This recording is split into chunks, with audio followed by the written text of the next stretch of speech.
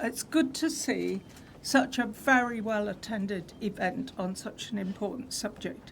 It's very efficient of ITS to get in so early in the new Parliament to make its very important case for the importance of technology in modern transport. Now, by chance, I spent yesterday sorting through old transport reports in my office.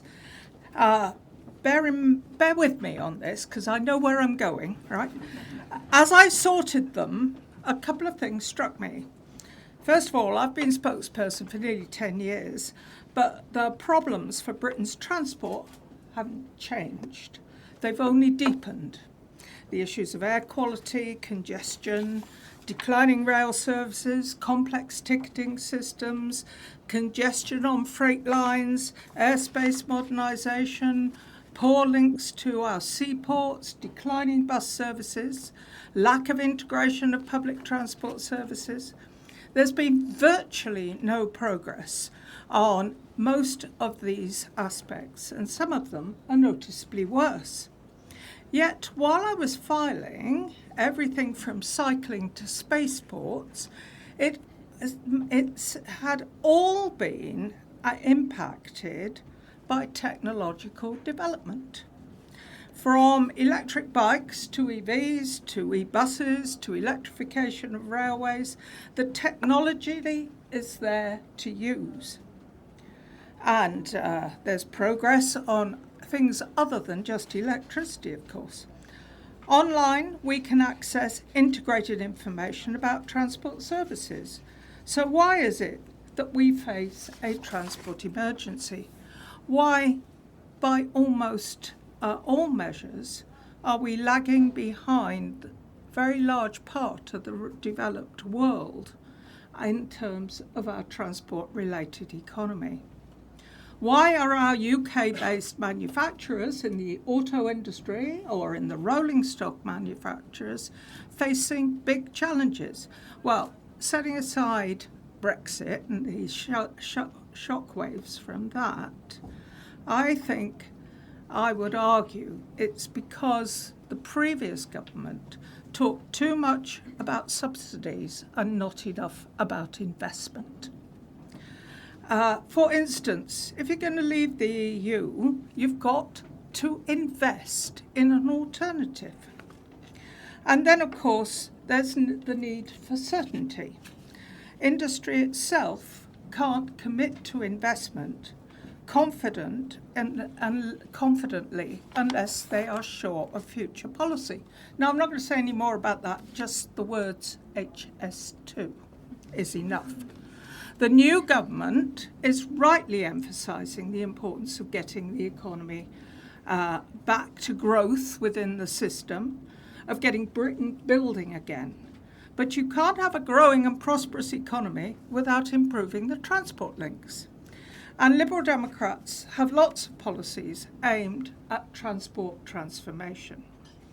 Our core aim is to create a more equal society and a more prosperous economy, which puts our personal health and the health of our planet at its core. Now, a fairer society, by definition, requires greater investment in public transport, for instance. Technology is the core to this. Transforming left-behind areas, including rural bus deserts, would require investment in modern technology such as, for instance, zero-emission buses, better real-time information for passengers, smart ticketing, and multimodal integration. It costs money, but it's the poorest, the youngest, and the oldest who use our buses most, and it's essential to create a fairer society. For young people, for instance, buses and trains are the doorway to a job, skills and education. So we want, for example, fairer fares, such as a young person's bus card and the freezing of rail fares. But smart ticketing has been talked about for the whole time I've been a transport spokesperson. and well before that, well over a decade. And there's been very disappointing progress outside London. Tackling the climate crisis requires an urgent change in our reliance on cars. Now, Liberal Democrats want a major investment in a nationwide active travel strategy to encourage people to cycle, to walk. But e-bikes and e-scooters have complicated public attitudes and perceptions. They offer challenges as well as opportunities. And we believe we need proper regulation to maximise the benefits of these new technologically based solutions. But we accept, we're realists, cars will remain central to our lives in many areas. And we're glad that the new government wants to restore the 2030 date for zero emission sales, because we urgently need to re-stimulate the auto manufacturing sector. But we also need to restore incentives to buy EVs. And one of those incentives is to greatly further improve the EV charging infrastructure. Now, there are ridiculously simple barriers to that. I speak as someone who spent a good half hour in a car park last weekend trying to find out how to make a system work because it wouldn't accept a plain credit card.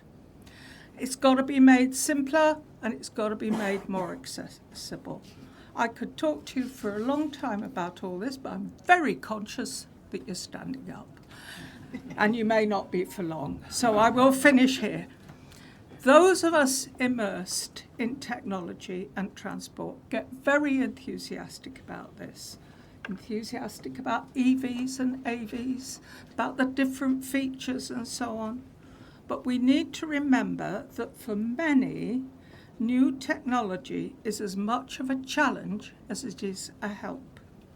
We need to harness it to assist and to fight, use it to fight against inequality. And by doing that, we will also fight against climate change. And always remember the consumer at the heart of it. They're young and they are old. They are technologically competent, and a lot of them are technologically incompetent. You've got to make it simple to make it accessible and therefore to make it popular.